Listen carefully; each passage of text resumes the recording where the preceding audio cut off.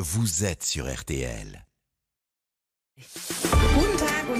Buonasera. Ils refont la France sur RTL. Buenos dias. Namaste. Avec Anaïs Bouton.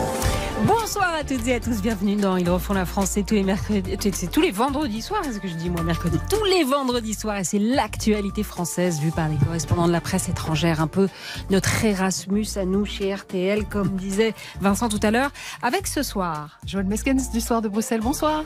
John Henley, The Guardian, a very good evening. Paolo Levi, Agenzia Italiana ANSA, buonasera. Juan José Dorado, buenas tardes, periodista espagnol. Buenas tardes, Juan José, et aussi avec notre partenaire Courrier International.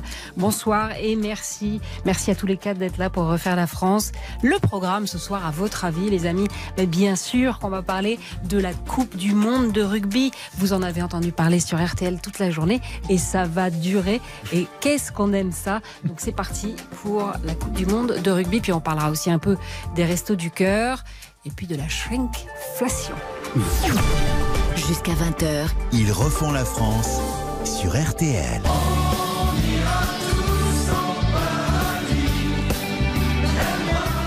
Journée spéciale Coupe du Monde de rugby sur RTL, donc en route pour le paradis. C'était le titre du journal Le Parisien ce matin. Le 15 de France, vous le savez, puisque vous avez écouté RTL, entame sa Coupe du Monde avec un match de légende déjà ce soir, presque une finale pour commencer. Les All Blacks à 21h15 au Stade de France. C'est le point de départ d'un immense défi à remporter un sacre historique le 28 octobre, 2 mois de compétition. Écoutez, Mathieu Jalibert, le demi d'ouverture de l'équipe de France. Conférence de presse hier jeudi. On est prêt, on s'est préparé pendant quasiment 2 mois pour ce match, pour cet événement. Donc voilà, on se doute aussi que les All Blacks répondront présent demain. Voilà, ça va être un bel événement, une belle affiche. On a en tout cas hâte d'y être, très excité parce que on sent l'engouement autour de nous et on sait que demain ça va être un grand moment pour nous tous. Alors, Mathieu Jalibert qui sent l'engouement, la fièvre rugbystique s'empare de toute la France, nous dit Courrier International. L'enthousiasme semble contagieux. Les journaux étrangers sont curieux d'assister au spectacle qui se déroulera dans les enceintes de l'Hexagone et pressés de voir leur propre champion entrer dans la compétition. Alors John, c'est votre cas. Vous avez hâte de cette Coupe du Monde ? J'ai hâte, oui. Moi, j'ai toujours aimé le rugby. C'est vous qui l'avez inventé, enfin pas vous personnellement. C'est encore un sport qu'on a inventé et dont on n'a plus vraiment la maîtrise aujourd'hui. Vous êtes assez nul. Hein, mais on est assez. Cette équipe est assez nulle, c'est clair. Oui, on a même été battu par le Fidji en match de préparation la semaine dernière et par les Pays de Galles, c'est dire. Mais oui, non, mais c'est. Moi, j'aime beaucoup le rugby en Angleterre. Ça a toujours eu, je sais pas, ça a toujours été une sorte de réputation. C'est un peu différent qu'en France. En Angleterre, le rugby, traditionnellement, c'est un sport un peu d'élite. C'était toujours les grands lycées qui jouaient au rugby et les classes populaires, c'était plutôt le foot. Il y avait même cette expression qui, depuis la professionnalisation du jeu, depuis l'ère professionnelle du jeu au rugby ne s'applique plus vraiment, mais on disait toujours à l'époque que le foot c'était un jeu inventé pour les gentlemen et joué par les voyous, et le rugby un jeu inventé pour les voyous et joué par les gentlemen. C'est pas plus forcément le cas, mais non, on est passionné de rugby en Angleterre. La France, évidemment, ça a toujours été comme dans beaucoup de sports et d'autres domaines. Le sport, la France, c'est toujours le grand ennemi. Oui. La France. Donc, je ne sais pas si les deux équipes vont se rencontrer. Ouais. Je crains que cette équipe n'avancera pas très loin. Il va rencontrer l'Italie, Paolo. Oui, il va y avoir un match France-Italie, un grand classique, notamment dans le foot, mais même dans le rugby. L'Italie va débuter demain à Saint-Étienne contre la Namibie. Vous savez, l'Italie est un pays surtout de foot, mais ces dernières années, ces derniers 10-15 ans, le rugby a suscité de plus en plus d'engouement. Aujourd'hui, je pense qu'on arrive à ce mondial français avec une des meilleures équipes qu'on ait jamais eues. En Italie, parce qu'en France aussi, hein. et beaucoup de confiance. Donc, et beaucoup d'optimisme et surtout avec une philosophie très basique, c'est-à-dire qu'on n'a rien à perdre, on a seulement à gagner. Parce que, voilà, on est un petit peu les nouveaux venus, disons, de ce sport. Et donc, voilà, que le meilleur gagne. Mais je suis très content que l'Italie puisse y participer. Je vous rappelle qu'on n'a pas participé au mondial de foot au Qatar, car on ne joue pas dans les dictatures. Et donc, on se fait éliminer à l'avance, comme en Russie d'ailleurs. Et cette fois-ci, donc, je suis très content d'avoir le tricolore italien présent à ce mondial très attendu. Alors, il y a énormément d'enjeux autour de cette Coupe de rugby, de cette Coupe du Monde de rugby. Il y a des enjeux politiques, des enjeux d'image, des enjeux de sécurité. Le président Macron a rendu visite aux Bleus lundi dernier au camp de base de Rueil et il a fait passer un petit message. Écoutez ces mots. N'oubliez jamais ça. C'est l'équipe qui est plus grande que vous. Comme c'est la nation qui est plus grande que chacun d'entre nous. Je compte sur vous. En tout cas, je serai derrière vous à chaque seconde, comme beaucoup de Françaises et de Français. Rendez-nous fiers, heureux. Soyez au rendez-vous, soyez vous, ni plus ni moins. Alors, soyez-vous, ni plus ni moins, soyez-vous, Joël Mesquens. Quel enjeu politique pour Emmanuel Macron ? C'est un grand classique, évidemment, quand il y a des grandes compétitions sportives comme ça qui engagent l'équipe nationale. Forcément, on pense toujours à récupérer par ricochet un peu la popularité, l'euphorie que ça peut dégager. Il y a évidemment toujours ce précédent de 98. Il y avait même eu une euphorie financière. Oui, il y avait un point de croissance. Ça n'avait pas duré extrêmement longtemps, mais il y avait eu clairement une bulle de mieux-être, de mieux vivre. Et Jacques Chirac, à l'époque, en avait bien profité. Et donc, évidemment, depuis lors, chaque dirigeant essaye de refaire un petit peu le même coup. C'est vrai qu'aujourd'hui, on est dans un climat en France tellement morose, avec tellement de crises, que c'est vrai qu'on sent une envie autour de cette Coupe du Monde de rugby. Je peux le dire d'autant plus facilement que la Belgique n'est pas du tout rugby, et que donc pour cette compétition je suis à fond derrière la France, mais clairement on sent une euphorie que je n'ai pas toujours ressentie dans les compétitions sportives. Je vois à la terrasse de tous les bistrots les écrans géants qui sont déjà mis. Il y a vraiment quelque chose, une envie de communion, donc espérons que la France ira jusqu'au terme de c'est ça la grande crainte. Je pense que l'équipe risque d'exploser sous la pression. Je pense qu'il y a une pression énorme. C'est de redonner une bouffée d'optimisme à un pays qui ne va pas bien. C'est-à-dire que toutes les enquêtes d'opinion montrent que l'état d'esprit global des Français, c'est la lassitude, la tristesse, la morosité. C'est un très gros enjeu, vous avez raison. On en parle. Allez, on continue à parler de rugby dans un instant et puis on fera un petit tour près du Stade de France. À tout de suite sur RTL. RTL. Remaking France. Avec Anaïs Bouton. Jusqu'à 20h. Ils refont la France sur RTL. Anaïs Bouton. Et avec moi, Joël Mesquens, Juan José Dorado, Paolo Levi, John Henley. Alors, un petit point sur l'ambiance autour du Stade de France où les supporters continuent d'arriver. Vincent Rosier, bonsoir. Bonsoir Anaïs. Alors, j'imagine que la majorité des supporters sont français, mais vous avez dégoté un néo-zélandais. Oh oui, il y en a des maillots noirs et ce ne sont peut-être pas les supporters les plus bruyants, mais ils sont très confiants. J'ai demandé à Matt, par exemple, s'il pensait, comme Emmanuel Macron, que la France était bien la meilleure équipe du monde. Non. Non, regardez mon maillot. Nous avons 3 étoiles, 3 Coupes du Monde et malheureusement la France, aucune. Je pense que nous avons la meilleure équipe.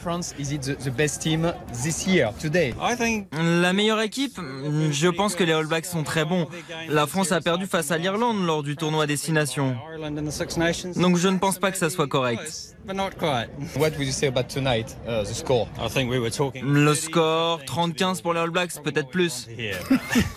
Score serré, mais victoire néo-zélandaise évidemment pour lui. Et preuve que les deux équipes se craignent, quand je demande des pronostics aux supporters bleus comme aux Blacks, c'est toujours un score assez serré qu'on me donne. Merci Vincent Rosier, vous étiez en direct autour du Stade de France pour RTL. Juan José Dorado, ça vous a bien fait marrer. Le rugby, c'est pas tellement votre tasse de thé à vous autres, les Espagnols. Tout à fait, parce que nous, en fait, on s'en fout carrément du mondial de rugby. Non, je suis vraiment désolé, mais on s'en fout. Mais écoutez, ça fait 20 ans que l'Espagne n'y joue pas. RTL ce soir. L'Espagne, ça fait 20 ans qu'elle ne joue pas un mondial de rugby. Elle s'était qualifiée pour ce mondial, elle s'était qualifiée. Après 20 ans Et puis il y a le Portugal qui a porté réclamation. Et l'Espagne est éliminée. C'est le Portugal qui est venu. Donc vous imaginez. Et moi je mets d'ailleurs au défi votre reporter au Stade de France de trouver un seul supporter espagnol. Ah ben on va lui demander. On va lui demander à Vincent de Rosier. Alors on parlait avec Joël, pour revenir à des choses un peu plus sérieuses, avec Joël Meskens de l'enjeu politique de cette compétition. Il y a aussi probablement un enjeu d'image, un enjeu de sécurité. On se souvient tous du calamiteux 28 mai 2022, la finale de la Ligue des Champions avec des problèmes de délinquance majeurs aux abords du Stade de France. Le ministre de l'Intérieur a mis en place ce soir un dispositif de sécurité impressionnant. On l'écoute. 7500 effectifs de police et de gendarmerie sont mobilisés au Stade de France, autour du Stade de France dans les transports en commun, comme ce sera évidemment le cas de la finale, mais aussi des autres matchs qui seront en jeu au fur et à mesure de la compétition. Je veux redire qu'il n'y a pas de précédent pour un événement sportif de cette mobilisation. Alors un enjeu d'image, puisque c'est quand même une répétition générale avant les JO, Joël Meskens. Oui, tout à fait. Enfin, ça apparaît comme ça, puisqu'on est à 10 mois et demi des Jeux Olympiques. Il y a une grosse différence quand même, parce que là, on est dans une compétition, je dirais, même si elle est d'ampleur, elle est classique. On est dans des stades, et une série de stades. Il n'y a pas que le Stade de France, mais on sécurise des lieux fermés. Or, le grand défi des Jeux Olympiques, il n'est pas là. Il est cette fameuse cérémonie d'ouverture qu'on a voulu en grand, avec 6 kilomètres sur la Seine, avec des bateaux qui vont passer avec les sportifs, les délégations, etc. Et sans bouquinistes. Pardon ? Et sans bouquinistes. C'est pas encore réglé l'affaire, si ? Apparemment. Ouais. Et donc là, il va falloir sécuriser quelque chose qui se trouve en plein air. Donc ça va être extrêmement difficile à faire. Et puis il y a l'autre défi aussi qui n'est pas présent dans cette Coupe du Monde, c'est le côté un peu présenté comme un totem, c'est la baignade dans la Seine. C'est pas gagné vu les courses préparatoires qu'on a vues pour le triathlon notamment. Ah non, c'est pas gagné. Juan José Dorado, il joue gros quand même, le ministre de l'Intérieur, Gérald Darmanin, ce soir. Il joue gros parce qu'après ce qui s'est passé lors effectivement de la finale de la Champions League entre le Real et Liverpool au Stade de France, où le ridicule a été mondial. D'ailleurs aussi, sa prestation devant l'Assemblée a été aussi assez ridicule.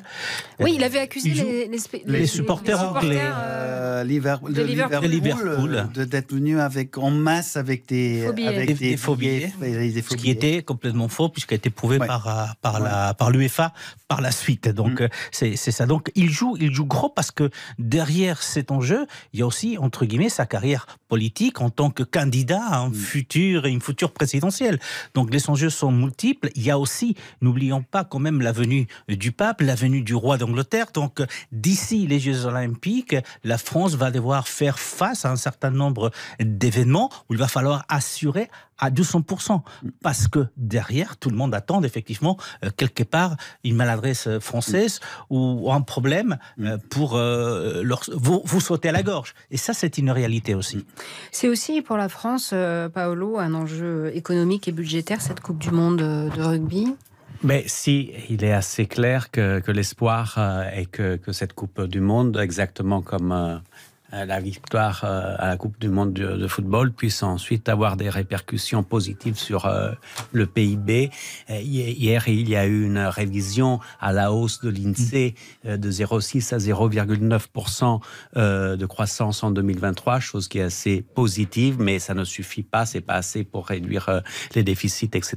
Donc, je pense qu'Emmanuel Macron espère en un effet, disons, positif de cette Coupe du Monde, même au niveau économique, à un moment où l'inflation reste très très élevée. Et oui, on va en parler tout à l'heure. Donc ça fait toujours, de toute façon, les victoires dans chaque pays font toujours très très bien à l'économie. Vous vous souvenez qu'en 2018, en France, ça avait duré 3 jours. Ensuite, il y a eu l'affaire Benalla et poum, tout est tombé. On n'en a plus jamais entendu parler. Benalla, il faut être vraiment cinglé pour avoir l'affaire. C'est vraiment très spécifique à la France. C'est quelque chose d'impensable. D'impensable d'ailleurs, Benalla.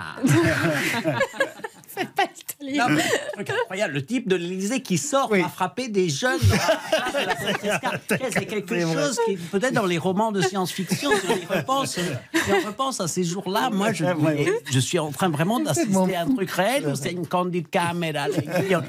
C'est les Guignols. Votre pronostic pour ce soir, les amis, on va se quitter là-dessus pour cette partie-là de l'émission. Une victoire de la France. Joël derrière le 15. John. Très, ça va être faites pas votre anglais. serré. Ah non, faites pas votre anglais. Mais je pense que je pense que c'est l'avant-finale en fait. Je pense qu'on va revoir ces deux mêmes équipes en finale. Ah. Paolo. Eh ben, moi, bien sûr, j'espère en un match, une finale de choc France-Italie, avec la victoire de l'Italie, bien sûr. Et puis, de Juan Rosé, vous préférez la pétanque, vous, c'est ça? Oui, je préfère la pétanque, mais ce soir, je prendrai les Blacks, allez. Oh non, c'est dégoûtant. Ah non, on n'est pas là, nous, on n'est pas invités. On va se mettre un petit Johnny pour se mettre du cœur à l'ouvrage. Voilà.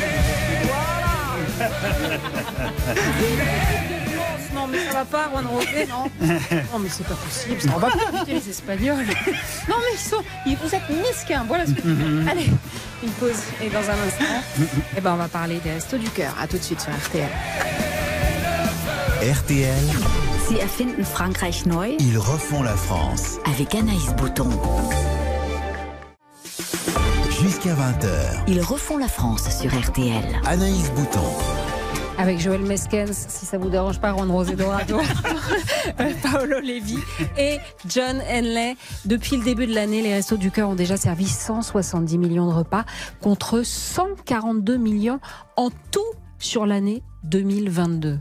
À ce rythme-là, si l'on n'y fait rien, même les Restos du Cœur pourraient mettre la clé sous la porte d'ici 3 ans. Ça, c'était Patrick Doré, le président des Restos du Cœur. Et le lendemain... 10 millions, c'est notre chiffre du jour et c'est le sérieux coup de pouce de Bernard Arnault au Resto du Cœur. Le propriétaire du numéro 1 mondial du luxe, LVMH, va verser 10 millions d'euros à l'association en difficulté. Hier, l'État s'est engagé sur une aide supplémentaire de 15 millions d'euros. Alors, commentaire du député de la France Insoumise, Alexis Corbière. Je suis pour la solidarité, pas la charité. Monsieur Bernard Arnault va donner 0,004% de sa fortune personnelle. C'est comme si quelqu'un qui avait un petit bas de laine de 10 000 euros donnait 4 euros. Moi, je dis à monsieur Bernard Arnault, c'est qu'il devrait payer plus d'impôts. Alors, payer plus d'impôts, réponse de Muriel Dapp. Elle est bénévole au Resto du Cœur à Asnières. En règle générale, les gens qui critiquent sont souvent ceux qui ne donnent pas. Donc, M. Arnault a donné 10 millions, tant mieux. Si toutes les grandes richesses pouvaient faire la même chose, ce serait merveilleux. Et ça irait dans la même cagnotte que les gens qui vont donner 1 euro, 2 euros. Parce qu'au resto, il n'y a pas de petits dons. Mais merci M. Arnault, quoi qu'il arrive. Alors, vous pourrez retrouver cet entretien dans Focus dimanche avec Mohamed Bouafsi, dimanche entre 13 et 14h sur RTL. Alors, Joël Meskens, que vous inspire l'état des Restos du Cœur? Beaucoup de choses. D'abord, pour réagir à ce qu'on vient d'entendre, moi je trouve formidable qu'en France on se mobilise au moment d'une crise comme celle-là. L'appel était déchirant du président des Restos du Cœur. C'était comme l'abbé Pierre, quoi. C'était vraiment un appel qui a été entendu tout de suite et beaucoup de gens ont réagi. Ils ont eu beaucoup de dons spontanés. Il y a eu effectivement non seulement Bernard Arnault, mais aussi des industriels, des distributeurs qui ont réagi, des médias. Les Bleus, l'équipe de foot. Donc il y a eu des réactions spontanées. Donc je trouve cette générosité bienvenue. Maintenant, elle ne peut pas tout. Et on s'aperçoit que finalement les Restos du Cœur remplissaient une fonction depuis 1985, je crois, remplissaient une fonction qui ne devrait pas être la leur, en fait. Où est l'État, en fait? Elles remplissent le rôle que devrait assurer l'État. Donc je comprends qu'on puisse dire Bernard Arnault ne donne pas assez. Moi, je trouve très bien qu'il l'ait déjà donné. C'est déjà, rien ne l'y oblige, même si, ne soyons pas naïfs, évidemment, c'est très bon pour son image. Mais il donne, mais ça ne devrait pas être à lui. Ça devrait être par un système, effectivement, étatique. Ce qui me frappe en France... Mais c'est le cas en France, Joël. L'État abonde, enfin, par le biais des déductions fiscales, etc., au Resto du Cœur. Oui, il y a des Restos du Cœur en Belgique aussi. Oui, il y a des Restos du Cœur. Ils sont dans une situation moins dramatique. Bien qu'ils soient sous tension, ils sont dans une situation moins dramatique qu'en France, justement parce qu'en Belgique, nous avons des amortisseurs sociaux étatiques qui sont beaucoup Mais plus Joël, protecteurs. c'est exactement le cas en France. Je vais vous dire un chiffre. Par exemple, le RSA, en France, c'est 600 € pour une personne isolée. En Belgique, c'est 1200 €. En cas d'inflation en Belgique, vous avez l'indexation automatique sur les salaires. Quand vous avez perdu un emploi en Belgique, vous avez un système de chômage qui peut durer toute la vie si vous ne refusez pas un emploi. Donc, il y a des amortisseurs sociaux qui sont plus importants. Donc, l'État français, on dit toujours, c'est le pays où on paye le plus d'impôts. Et puis le plus très protecteur, etc. Oui. Mais il faut se rendre compte, avec 600 € de RSA, comment voulez-vous vivre aujourd'hui avec une telle inflation? C'est juste impossible. John Hanley, vous êtes d'accord avec Joël? Oui, assez. Je trouve, je suis... Mais pourtant, en France, le chômage est en train de baisser. Ouais. C'est le pays qui a le plus,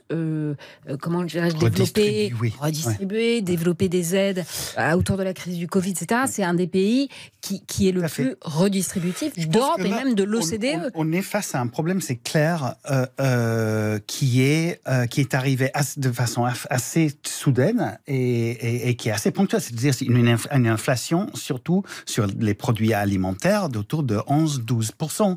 Et pour beaucoup de familles qui vivent un peu sur les... Voilà, qui ont du mal à arrondir les fins, à trouver les fins... Comment on dit boucler les fins de mois, etc. 11%, un changement de 11% sur un budget aussi important que la nourriture, ça peut vraiment plonger beaucoup. Cela dit, c'est évidemment admirable ce que fait la Belgique. La France est très très très loin d'être le pays le pire dans ce domaine. Le pire, c'est peut-être l'Angleterre d'ailleurs. En Angleterre, j'ai regardé les chiffres en Angleterre. Le plus grand réseau de banques alimentaires en Angleterre, c'est à peu près l'équivalent, je pense, des Restos du Cœur. Il y a 3000 banques alimentaires que cette organisation, the Trussell Food Banks, ça gère. Eux aussi, ils ont distribué 3 millions de paquets. L'année dernière, c'était une hausse de 37%. De plus, il y a déjà 1 million d'enfants en Grande-Bretagne qui ont reçu de l'aide alimentaire l'année dernière. C'est un Anglais sur 7 qui fait appel à une banque alimentaire. Et sur ces un Anglais sur 7, 1 sur 5 a un travail. Voilà, c'est un autre ordre de problème. Votre commentaire rapidement, Paolo et Juan Rosé? Non, la seule chose qu'on peut dire, c'est que les Restos du Cœur ont été fondés en 1985 par Coluche, qui avait avait expliqué en 2 mots la philosophie de cette association. Il avait dit que les Restos du Cœur ne sont pas là pour durer. C'était justement conçu pour traverser une mauvaise passe. Et aujourd'hui, on doit malheureusement constater que presque 40 ans après, les Restos du Cœur sont encore là, d'un côté, heureusement, parce qu'ils sont de plus en plus nécessaires, notamment dans une période de forte inflation comme celle qu'on est en train de traverser, mais de l'autre, on peut se questionner sur le rôle de l'État et sur la pauvreté et les inégalités surtout qui se creusent en France. C'est pas juste, c'est pas équitable. Oui. L'avenir est sombre. Moi, je regarderais un autre chiffre, c'est tous les Français ou tous les Espagnols qui sont sur le seuil de pauvreté ou ceux qui vont rentrer dans le seuil de pauvreté. On parle des 12 à 14 millions. 9 millions en France. Voilà. Mais vous voyez, c'est-à-dire qu'au-delà de ceux qui sont déjà sous le seuil de pauvreté, il y en a quelques millions encore qui vont tomber dans les prochaines années. C'est ce chiffre-là qui m'inquiète. Donc, le problème des Restos du Cœur, qui sont semblables en Espagne et dans les autres... Il y a des Restos du Cœur. Pas en tant que Restos du Cœur, il y a des banques alimentaires. C'est 1 200 000 personnes, 300 000 personnes qui ont touché, qui ont eu accès au Resto du Cœur, entre guillemets, du côté espagnol. Donc ce problème va s'aggraver dans les prochaines années. Aux institutions, aux États, effectivement, de faire un effort supplémentaire. Allez, une pause. Et aussi à nous tous, à la collectivité. Si on a un voisin qui a vu une mauvaise passe, c'est à nous. Alors, justement, je voulais vous dire, rendez-vous tous les auditeurs de RTL sur le site des Restos du Cœur. Vous y trouverez comment faire des dons. C'est très simple, c'est très rapide. Et on peut tous faire un don au Resto du Cœur pour les aider dans cette mauvaise passe. Une pause et une devinette. Moins il y en a, plus c'est cher. Vous savez de quoi je parle? Allez, à tout de suite sur RTL. Jusqu'à 20h. Ils refont la France avec Anaïs Boutin. Jusqu'à 20h. Ils refont la France sur RTL. Anaïs Bouton. Et avec moi, Joël Meskens, Juan José Dorado, Paolo Levi et John Henley. Alors, une tablette de chocolat qui passe de 250 à 220 grammes sans réduction de prix, une tranche de jambon qui rétrécit ou une portion de fromage fondu qui fond littéralement de 10%. La shrinkflation, mais ça, c'est pas très joli, on va l'appeler réduflation en française. C'est une technique très privée des industriels de l'agroalimentaire. Peut-être pour tenter de nous faire oublier l'inflation, justement, je ne sais pas. On réduit la quantité de produits vendus sans pour autant, évidemment, réduire le prix. C'est une arnaque, c'est scandaleux. En gros, vous en avez moins et vous payez plus cher. Ça me rappelle un film français où il disait il m'en reste un petit peu, je vous le mets quand même, vous vous souvenez, enfin, ça, c'est l'inverse. Alors ça, c'était le ministre de l'économie, Bruno Le Maire. Pour lutter contre cette pratique, il a annoncé qu'un texte de loi sera présenté début octobre avec une disposition qui obligera les industriels à faire figurer de manière très visible la réduction de contenu quand ils gardent le même packaging. Ça existe chez vous en Belgique, ça? Oui, malheureusement, c'est les mêmes grands groupes de distribution qui agissent aussi. Hein, dans toute l'Europe, en fait. Oui. Ah, c'est vraiment à croire qu'ils ont aussi fait une réduction de la taille du cerveau qu'on nous prête. Parce que c'est vraiment prendre les consommateurs pour des imbéciles, en gros. D'une part, parler poliment, Joël. Parce que vous êtes une femme chic. Voilà, exactement. Je ne vous le fais pas dire. Et donc, du coup, on prend les gens pour des idiots. Et puis, d'autre part aussi, en plus, on surconsomme en termes d'emballage, ce qui est une hérésie en termes d'écologie aujourd'hui. On devrait être à la tendance à faire moins d'emballage, plus de recyclage, revenir avec les mêmes contenants, etc. Donc c'est doublement stupide. Alors il y a une question que je vous pose, si quelqu'un a la réponse, je l'invite à dîner. Ce soir, il me reste un petit ossobuco que j'ai fait hier. Je ne comprends pas pourquoi l'Europe, qui est quand même fanat de la régulation, qui régule même les montants des portes, ne met pas de règlement extrêmement sévère sur ce type de pratique. C'est quand même totalement fou, non? Personne n'a la réponse là-dessus. Moi, j'ai pas les réponses, mais en même temps, cette façon de faire, elle n'est pas nouvelle, puisque elle date des années 60. Donc, ça fait pratiquement 60 ans que les industriels font ça. Donc, l'Espagne le connaît, comme le reste des pays européens, mais on n'est pas les seuls, parce que lors del corralito du côté de l'Argentine, c'était une façon de faire des industriels aussi du côté de l'Amérique latine. Là, ce qui est important, c'est le rôle de l'État et le rôle des associations. D'abord, les associations pour dénoncer effectivement la réduflation telle que nous on la connaît, et le rôle de l'État justement pour sanctionner derrière. Parce que ce qui n'est pas normal, c'est que 60 ans après que cette façon de faire soit connue, on n'est pas effectivement une réglementation nationale ou européenne. C'est pas du tout normal. C'est incompréhensible. À se poser effectivement la question du pourquoi. Alors chacun bricole des petits trucs. Alexandre Bompard, le patron de Carrefour, a fait une annonce qui va sûrement ravir les industriels. Dès lundi, je vais dans tous les magasins, j'ai demandé à ce que dans tous les magasins, il y ait une étiquette sur les produits sur lesquels on a de la shrinkflation en disant ce produit a vu son contenant baisser et son prix augmenter. Parce que c'est inacceptable de faire ça pour le consommateur. Vous êtes d'accord, John? Oui, je trouve ça très bien parce que en fait c'est malhonnête. C'est malhonnête, c'est une tentative de tromper le consommateur, et c'est inexcusable. Et d'ailleurs, je trouve ça très très bien. En France, on n'a pas vu ça du tout en Grande-Bretagne. Ça fait scandale. Face à l'inflation, ces annonces de Bruno Le Maire de figer les prix ou de faire baisser les prix sur 5000 produits. Oui, c'était adressé à Patrick Ça, c'est une intervention de l'État utile et on imagine ça dans un pays un peu plus anti-interventionniste, libéral, avec un gouvernement très libéral comme en Grande-Bretagne. Ça n'arrivera jamais, on verra ça jamais. Giorgia Meloni, elle laisse faire ça en Italie aussi, Paolo Levi? Oui, disons que c'est un phénomène pour l'instant assez limité, au moins en Italie. Ah bon? Il est présent, mais il nous a un peu tous pris de court, et je pense que la politique, malheureusement, est souvent plus lente par rapport à l'économie, et il est absolument urgent aujourd'hui d'agir, je ne dis pas au niveau national, mais comme vous le dites aussi, Anaïs, au niveau européen, pour mettre un peu de règles à tout cela, parce que sinon c'est vraiment le Far West. Et pourquoi l'Europe ne le fait pas? Vous avez une idée? La question... Elle ne peut pas se... Oui, je n'ai pas de réponse, mais la question que je me pose après avoir écouté M. Bompard est pourquoi elle ne retire pas tout simplement de la vente ce type de produit. Vous savez, il y a une étude en Espagne qui a été publiée il y a quelques semaines, 62% des consommateurs sont prêts à changer de marque s'il y a de la réduflation.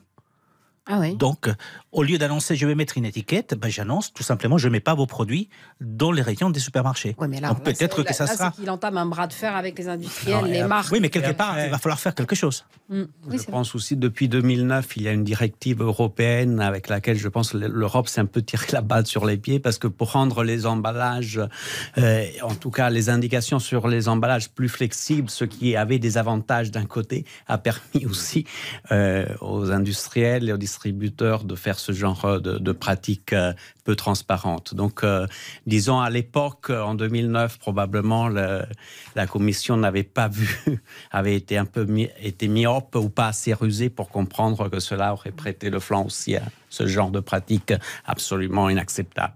Et donc, je pense que maintenant, il faut lancer un grand appel. Bruno Le Maire l'a dit de façon très, très claire l'autre jour. Il va aller au Conseil européen, au prochain sommet des ministres. Et je pense que la France peut proposer à la Commission de rédiger un papier.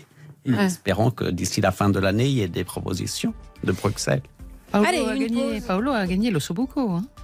Non, parce qu'il n'a pas répondu. Je ne sais toujours pas. C'est vrai que... Mais je ne sais pas pourquoi l'Europe ne l'a pas fait, puisque effectivement, ça fait 60 ans que ça dure. Allez, une pause. Et dans un instant...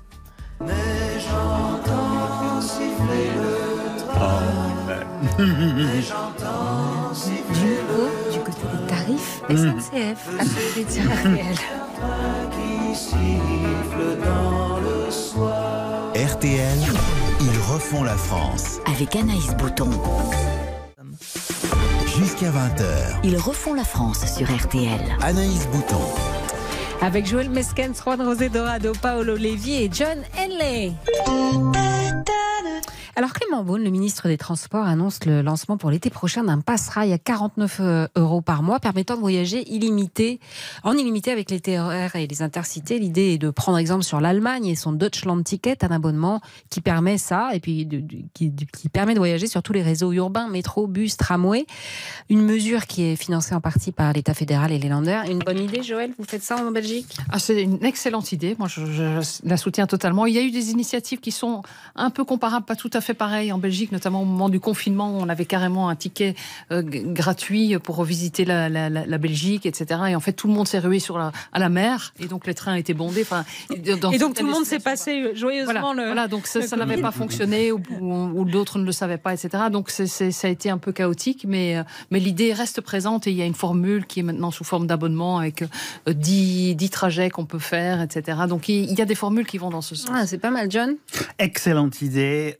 Tout à fait impossible en Grande-Bretagne, parce que c'est le bazar depuis qu'on a privatisé le système ferroviaire, on a à peu près une centaine d'entreprises privées, les propriétaires des voies, des wagons, les opérateurs sont tous différents, et on a tous des entreprises privées dans chaque région. Donc c'est une centaine d'entreprises qui cherchent chacune à faire leurs bénéfices. Donc ce genre de geste, pas possible. Paolo. C'est une excellente idée. Après, il faudra voir, comme toutes les excellentes idées, qui va payer. Parce que selon les experts, ça va coûter plus ou moins, un système de ce genre, 1 milliard d'euros par an à chaque région. Je ne suis pas sûr que les régions aient toute envie de se prendre ce poids sur leurs épaules. Donc, si c'est l'État, c'est une très bonne idée. Si c'est les régions, il y a déjà des régions qui crachent. Excellente idée, je suis tout à fait d'accord. Je pense que ça va être difficile à mettre en place de toute façon en France. Ça n'existe pas en Espagne, mais c'est tout à fait normal, puisqu'en Espagne, tous les abonnements des trains sont gratuits jusqu'à la fin de l'année. Et grâce à la montée du prix de l'énergie, le gouvernement a décidé de faire tous les abonnements gratuit pour les moyens distance les Espagnols. Et les banlieues. Alors Cassandre, vous avez décidé de nous parler des trains dans le monde, et vous n'allez pas parler de n'importe quel train, mais des trains records. Ouais, et je commence avec le train le plus rapide du monde. Alors on pense souvent que le TGV français que c'est le TGV français, et c'est pas tout à fait faux. Avec 574 km/h, c'est le plus rapide sur rail, mais le Japon nous surpasse avec JR Maglev. C'est un train à sustentation magnétique, c'est-à-dire qui avance en lévitation au-dessus des rails. Il atteint pas moins de 603 km/h. De quoi s'accrocher un peu à son alors un petit cocorico quand même, mais bon, et il y a un autre sujet sur lequel il faut dire qu'on est un peu à la ramasse, c'est la ponctualité, Cassandra. C'est vrai qu'on est un peu les champions du retard. On a tous déjà vécu la galère du train bloqué des heures, la correspondance manquée. Il y a un pays où ça n'arrive pas, je le dis volontairement de manière catégorique, c'est le Japon. Leurs célèbres TGV, les Shinkansen, sont en moyenne en retard de 30 secondes seulement. Les rames s'arrêtent au centimètre près. Les voies ne changent quasiment jamais. Les départs sont fixés à 15 secondes près. Et le plus fou, c'est que si un train arrive avec plus de 3 minutes de retard, un rapport est automatiquement envoyé au ministère des Transports. Merci beaucoup Cassandre, merci à tous les 4. Ils refont la France revient vendredi prochain, même heure, 19h15. Vous pouvez retrouver l'émission sur rtl.fr et sur l'appli. Rendez-vous dans un instant à 20h avec Eric Silvestro pour la cérémonie d'ouverture de la Coupe du Monde de rugby et le match à suivre sur RTL à 21h15 avec Jean-Michel Rascol et notre consultant Olivier Magne. De 20h à 23h30, c'est la folie rugby sur RTL, mais avant, l'essentiel de l'actualité avec Aude Vernuccio.